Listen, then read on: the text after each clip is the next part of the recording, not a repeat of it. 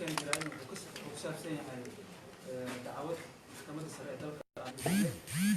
مكة وإلى آخره ما سلا بريفي كان يقول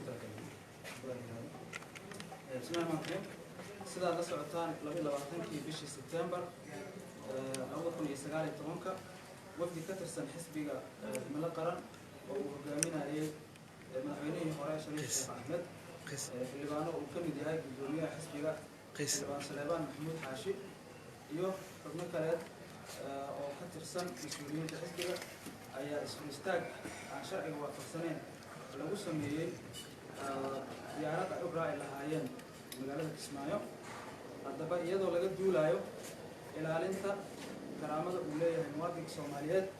dhowrista sareynta sharciga dalkeena u yaala muwaadiniinta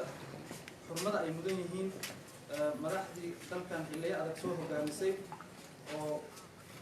waxa uu xisbiga himilo qaran go'aansaday in uu sharciga la tiigsado laanta fulinta oo bixisay amarkii soo istaaga ahaa lagu sameeyay wafdigii uu hogaaminayay madaxweyne Shariif Sheekh Axmed oo safar shaqo ah ku socdeen caasimadda kumeel gaarka ah gobolka maamul goboleedka Jubbaland Kismaayo arrintaas oo aan u aragno dhimasho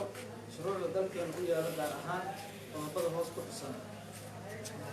qodobka 10aad oo ka hadlaya karaamada aadanaha qodobka 22aad oo ka hadlaya xorriyadda isu socodka iyo digitaanka qodobka 33aad oo ka hadlaya go'aanada maamulka qodobka 7aad oo ka hadlaya xasaanada xildhibaanada gabagabo xisbiga himilo qaran wuxuu ka rajaynayaa maxkamadda sharafta leh in aan helno cadaalad sharciga dalka qofna kama sareeyo wanaagsantii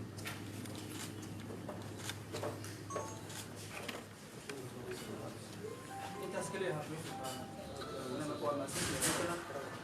qoraalkan waa soo diri doonaa abshakuur aan diri doonaa saa ay ugu soo wadaagaan insha Allah